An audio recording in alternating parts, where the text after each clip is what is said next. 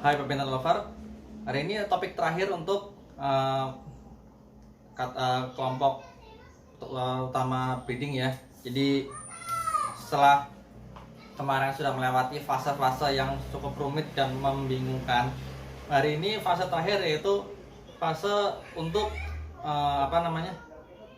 menyimpan dari apa yang udah dihasilkan. Jadi nggak bisa dipungkiri untuk seorang breeder ya, itu setelah musim pertama selesai, kita harus memikirkan proyek apa yang ingin kita buat untuk musim berikutnya. Dan itu bukan perkara mudah, karena nggak semua mob atau combo yang kita inginkan dari proyek musim sebelumnya itu pasti didapat gitu ya.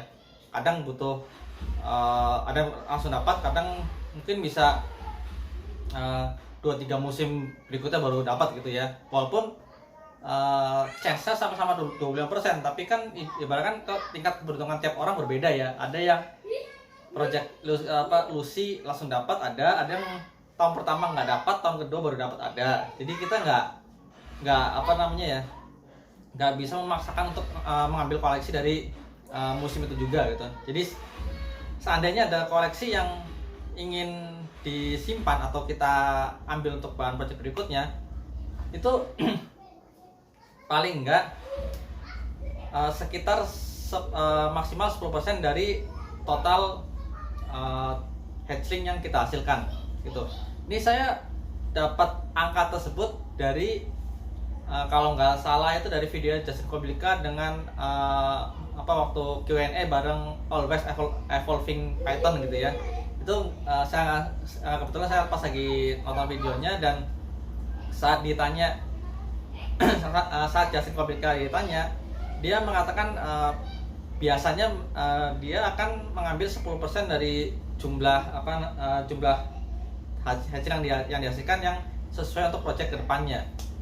Karena nggak bisa dipungkiri, jika proyek itu semakin rendah chance mendapatkan jackpotnya, otomatis untuk mengakali supaya kemungkinan besar mendapatkan jackpot tersebut harus bermain jumlah gitu. Misalkan jika chance-nya itu sudah sekitar 6% atau ke bawah gitu ya, hanya mengandalkan dari satu pasang aja kayaknya akan sulit sekali gitu untuk munculnya gitu. Jadi seandainya ada mungkin 3 atau 4 pasang dengan project yang sama, itu bisa memperbesar kemungkinan mendapatkan si jackpot tersebut gitu. Karena nggak bisa dipungkiri, seperti yang sudah saya katakan, chance mendapatkan combo itu bukan dari total telur, tapi kemungkinan yang dihasilkan dari satu telur tersebut gitu loh. Nah, bagaimana kalau misalkan nggak ada yang ingin disimpan? Ya sudah, jual saja, nggak ada masalah gitu ya. Cuman seandainya ingin menyimpan, ya paling nggak peningkatannya itu maksudnya yang disimpan tuh paling nggak 10% maksimal ya. Karena nggak bisa dipungkiri, semakin banyak barbiton yang kita simpan, otomatis pengeluaran untuk perawatannya juga semakin besar gitu ya. Dan juga nantinya belum tuh bakal kepakai lagi. Itulah kenapa paling nggak dibatasin supaya kita nggak terlalu over mob yang sama gitu. Itu singkat aja, dan ada tips nih kalau yang nggak banyak orang tahu ya, tapi dilakukan oleh hampir semua breeder, terutama yang sudah melewati musim ketiga dan seterusnya ya, pasti melakukan hal ini, yaitu setiap breeder itu pasti melakukan membedakan perlakuan terhadap barbiton yang akan dijual dengan barbiton yang akan disimpan gitu. Nah, bedanya itu barbiton yang disimpan akan difokuskan terhadap pada nutrisinya. Jadi gimana caranya supaya si barbiton ini mendapatkan nutrisi yang pas, supaya ukurannya ideal sampai untuk project sampai siap project gitu, di untuk project gitu ya. Nah, tapi barbiton yang ingin dijual itu cenderung ditahan beratnya gitu. Mungkin kesannya agak gimana gitu ya, tapi itu yang terjadi. Jadi apa namanya, untuk babita yang di keep atau disimpan sendiri, biasanya kasih makan biasa aja gitu. Cuman ukurannya dipaskan sesuai perkembangan badannya gitu. Jadi nggak ada masalah dengan apa namanya, berat itu pasti akan meningkat, bisa drastis, bisa standar. Tapi yang jelas pada fase pertumbuhan ini mereka nggak bakal di-push, karena seperti sudah saya beritahukan sebelumnya, kalau masih baby di-push gitu aja makanan, gaya makannya, otomatis kemungkinan obesitasnya makin besar dan bukannya dia makin sehat malah makin cepat mati sebelum di-breed gitu. Nah, lalu bagaimana dengan yang dijual? Nah, yang dijual ini ada dua metode. Metode pertama yaitu si barbeton ini dikasih makan seminggu sekali, tapi dengan ukuran mangsa yang kecil. Maksudnya lebih kecil dari yang seharusnya dia bisa makan. Otomatis kan pertumbuhannya sedikit terhambat gitu ya. Atau yang kedua, dikasih makan ukuran idealnya, yang bisa barbeton itu telan gitu ya, tapi dikasih makannya 2 minggu sekali. Nah, kenapa demikian? Yang pertama, karena si barbeton yang mau dijual ini, jika semakin besar badannya akan semakin sulit untuk pengiriman. Otomatis kan packingnya makin butuh lebih besar gitu ya, dan itu semakin besar juga makin repot untuk packing, itu secara otomatis. Yang kedua, kadang ada orang yang ingin mencari yang ukuran kecil, jadi apa namanya, nggak terlalu besar tapi juga nggak baby banget. Nah, itu bisa jadi alternatif. Itulah kenapa dari awal video topik breeding ini dimulai, saya selalu menekankan fokus pada umur dari barbeton tersebut sebelum di breed, dan kedua baru ke berat. Jadi umur dulu baru berat, itu sudah nggak bisa diganggu-gugat ya, karena itu bukan dilakukan oleh breeder lokal aja, tapi breeder internasional pun sebagian besar seperti itu, apalagi yang koleksi udah banyak ya. Dan ya dengan memberikan mangsa yang lebih jarang atau ukurannya lebih kecil, itu secara nggak langsung juga menekan pengeluaran juga. Lalu ada apa namanya, ada pertanyaan biasanya kan, ntar bagaimana kalau di breed, masa udah umur sekian berarti masih kurang apa segala macam gitu.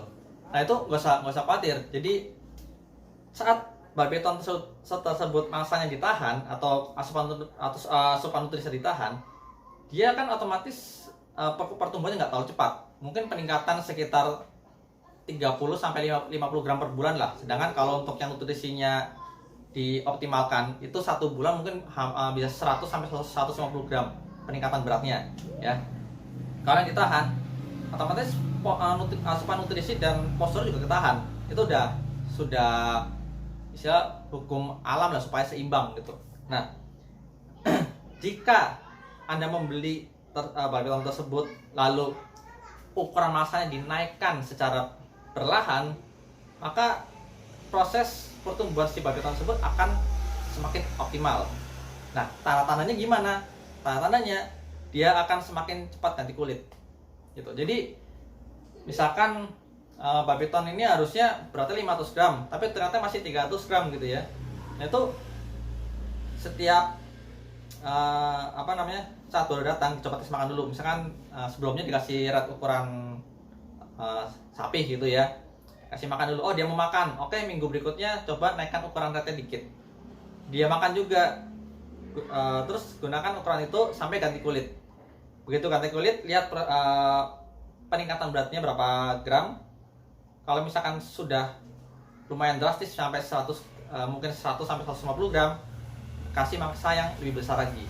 Jadi prosesnya seperti itu. Nanti di umur yang sama, seandainya betina ya, di umur 2 tahun, beratnya tetap akan mencapai 1,5 kilo atau 1.500 gram. Itu hanya dengan mensiasati cara makannya. Jadi jangan istilahnya nggak usah takut, oh ini kok masih sekian, umurnya udah sekian bulan kok beratnya masih sekian gitu, sedangkan punya aku aja beratnya sekian. Sebenarnya nggak ada masalah selama si babi hutan tersebut sehat gitu loh. Sehat dengan catatan ini nggak ada masalah makan dan nggak ada membawa penyakit aneh-aneh, itu udah istilah aman lah. Nah, bagaimana dengan yang saya lakukan di sini? Saya lebih menggunakan metode yang jarang makan. Jadi maksanya tetap seperti biasa, maksudnya seukuran idealnya dia masuknya apa, cuman ya itu saya kasih setiap 2 minggu sekali. Jadi otomatis peningkatan berat tetap ada, tapi nggak terlalu signifikan gitu.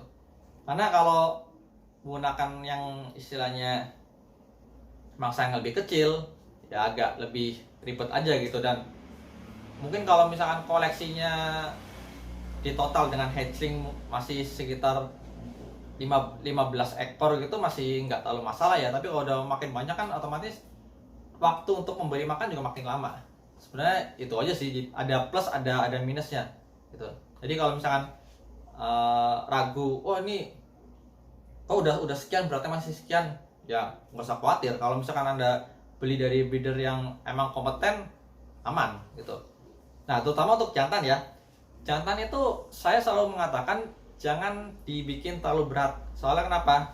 Jika semakin berat badannya, otomatis insting dia untuk mencari pasangan juga semakin kuat. Nah, otomatis saat proses tersebut dia akan fokus mencari pasangan dibandingkan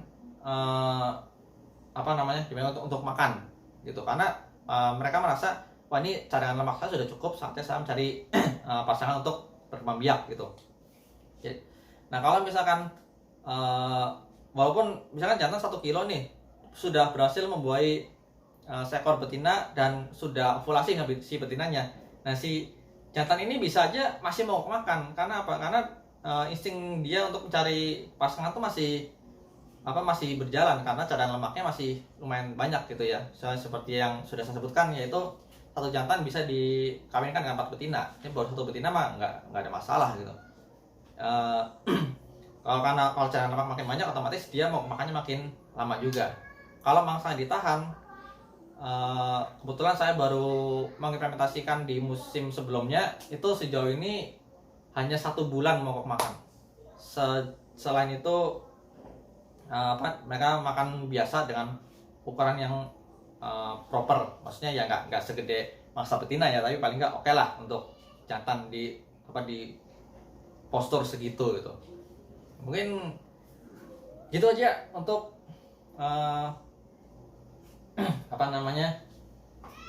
mengakhiri topik breeding ini ya.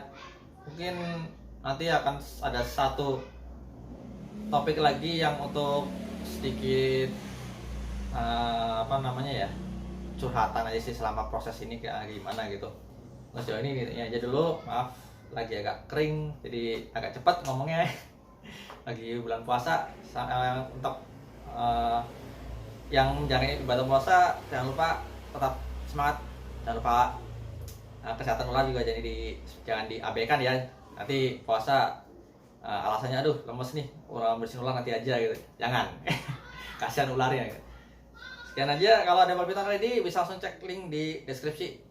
Udah gitu aja, sampai jumpa di video berikutnya, ciao.